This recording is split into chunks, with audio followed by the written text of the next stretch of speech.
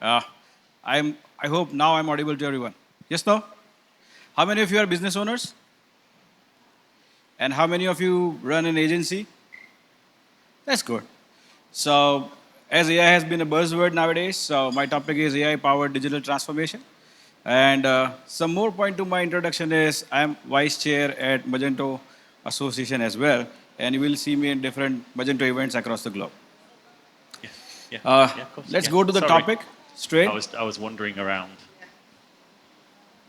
Okay. Uh, so when we say AI-powered evolution, I think we are not evolving, we are having revolution going on. So far, I would say digital transformation has been a buzzword from 2012 to 2030, 2023. But from 2024, the pace of digital change has, it's very tough for catching up for IT companies, also for the brands. And I would say it's not an evolution anymore, it's more of a revolution. And when you talk about we are having a revolution, it's changing the way we work, the way we see the business, the way we do tasks, the way we allocate resources or rather spend money, the way we used to look at number of manpower, now we look at number of agents. And then earlier the fuel was hours, now it's tokens. So the life has changed differently or drastically. And then when we are looking at all this, B2C, D2C brands or B2B brands are not no exception. And I come from India, and in India also we are catching up. And this similar scene in Asia. I would say we all are the countries which is having a diverse background people, and we have bipolar companies. One who is pro person, and there is exactly opposite. There is digital first companies, and we are trying to help all of them. There are companies who are still happy with the Excel, and there are some people are there who are having agents everywhere and automated the processes. Now, where you should be and how you catch up, we will look at that today. If we look at this, a shift from 2015 to 2023, most of the companies were thinking about digital transformation. So if you talk to any agencies or if you're a business owner, you are thinking about web and mobile applications, e-commerce applications, ERPs, CMS. We are looking at marketing automation, some part of IoT and RPA, and then SaaS and PaaS were booming, and they were raising the funds. But now if you look at from 24 to 30, I would say it will be dominated by AI, ML, and data. And then data science is catching up very fast, whether it is a marketing science or whether it is a revenue optimization or backend processes or writing a code. Everywhere it is coming in. And then the robotics and personalizations are coming into the picture when it comes to even autonomous retail, where human-less stores are there, or you can say warehouses which is run by the robots, or you can say dark factories which is run by the robots. And then we have MCPs and LLM coming in, and most of us are using it for our day-to-day routines. I think this is our reality right now. The way we have lived life is a green tree, and now with virtual tree. So we are in a reality where we have two things at one go. We are balancing our old version, at the same time we are evolving with the new version. And I think this picture says how it is. So when I talk to small brands or retail stores or manufacturers who are doing say few $1 million or who are say MSMEs or SMEs or SMBs, what they are doing is using ERP, warehouse systems, distribution systems, AI, not fully, but in the pieces.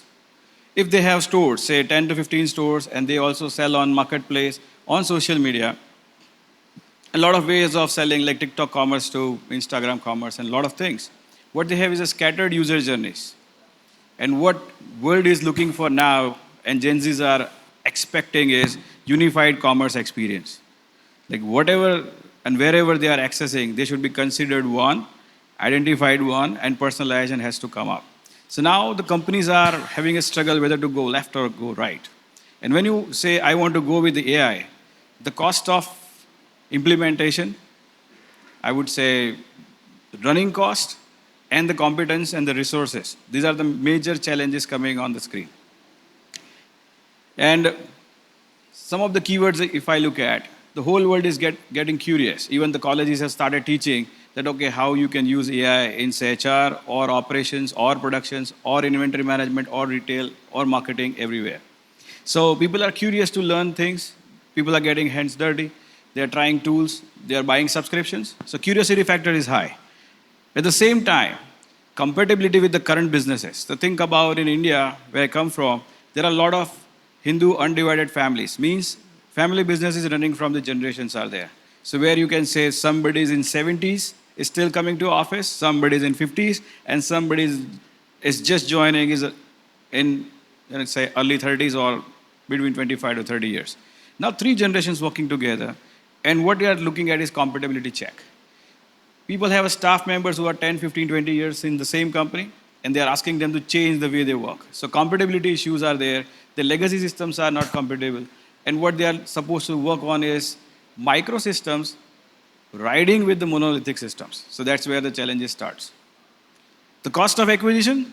Now, consider that any of you looking for marketing automation, you may go to the cheaper solution as well, but still you can get things done.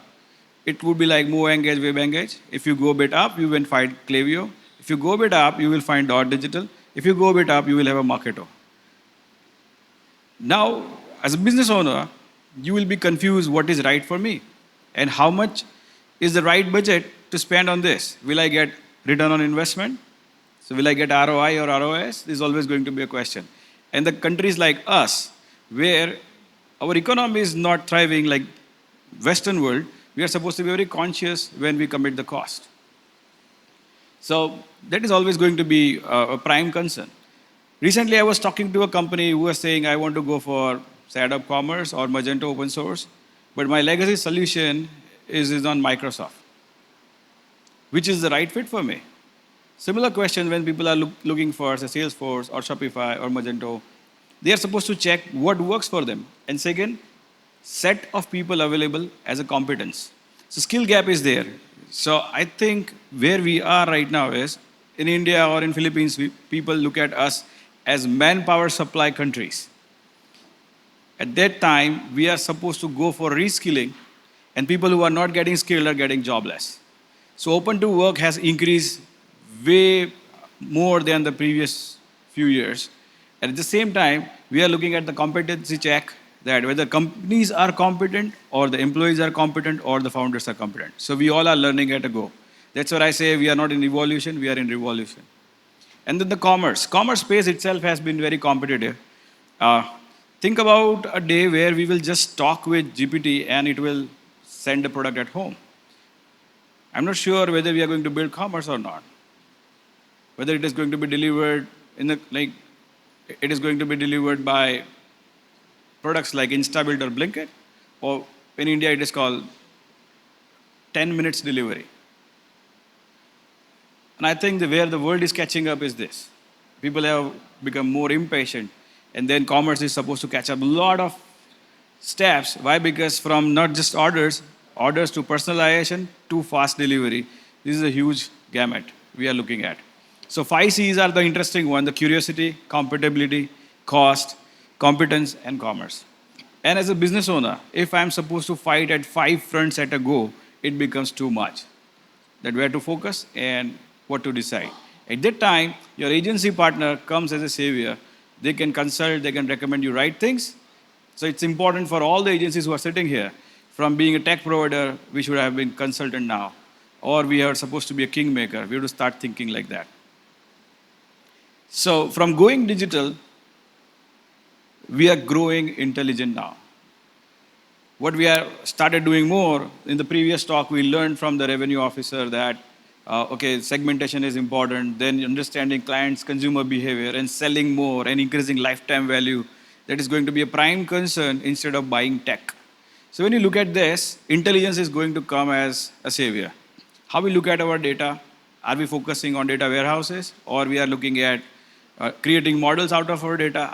Do we understand our clients well? And when you know them well, how you sell them?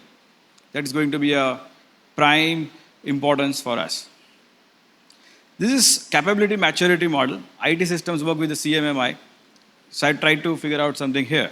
When you look at stage 1, what people do is ad hoc experimenting with the AI. So what they do is they try some tools because their friend recommended or they found it on internet or on Insta in ads, and they use it. one step ahead, they be more opportunistic. And what they look at is they use it in specific business areas like content creation to video generation to influencer marketing to selling more. When you look at stage three, it is more systematic. And what happens is they look at departmental workflows and try to automate them. Now, when you look at this three stage, the advanced stage starts next, which is integrated and scaled, where you have all touch points. You are looking for process automation, you are implementing data science, and then you have right tools where you can take decisions based on the data available. And the last one, which is most optimized, which is AI first, so where data driven decision making to strategy to operations, which is high end. Looking at the size of your business, I think you are supposed to choose your version because it's not for everyone. So think about you are a B2C, D2C, B2B, or IT agency. You are supposed to scan yourself based on some parameters. Let's look at the parameters. You are supposed to look at industry trend, so where your industry is and what are the use cases which you want to automate or you want to bring AI in or commerce in. You are supposed to look at your size and scale. With less of automation also, if you are happy, don't spend money. Peaceful prosperity should be your mantra. You are supposed to look at your current challenge in the stage. So if you are on the stage 1 or 2, don't dream of stage 5 at a go. First correct your stage 2, then go to stage 3 and then build on it. You are supposed to look at what your customers need. If your customers need physical in-person experience, then you are supposed to think about it whether to adapt it or not. Your business goals. So if you are happy with your 5 in-person stores and you don't want to go online, okay, good. Then just spend on marketing and pull the crowd. If you want to be a D2C brand, which is very popular across different countries, you need to go about it. Your definition of success, like how many million orders you want or how many $1,000 you want to earn, that's where you are supposed to check and decide how much you are going to spend. Most important thing is controlling your TCO or ROI. If you don't do that, there is no point of running a business because we all are businessmen and we run business to run a business, not for buying tech. And the role of agency comes into a place where, depending on the size of the company, they recommend right things. So I would say FOMO is a trap. Don't get into this. Strategic move is going to be a game changer. Have an advisor when you are stuck. So think about you have a disease, you go and talk to a doctor. When you have anxiety, you go to a counselor. When you have problems in business and you want to automate, talk to AI expert or a consultant, what is right for me, or your IT partner can suggest you that.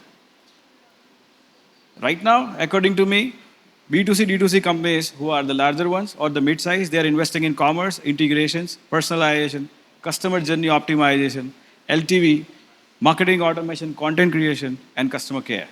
And when you talk about B2B, who are manufacturers or wholesale distributors, they are looking at commerce, sales team app, warehouse management and inventory automations, distributor management systems, CPQ, which is very, very interesting one, operations automation, forecasting of an inventory and orders, and then BI and AI as a combination. So think about it, look at your stage, have a conversation with your agency partner, consider them as a doctor, and I think agencies are supposed to play that role in their client's life. If we do that right, I think the better future is coming in. It's important for us, to all of us, to understand that good is not good when better is possible. Thank you.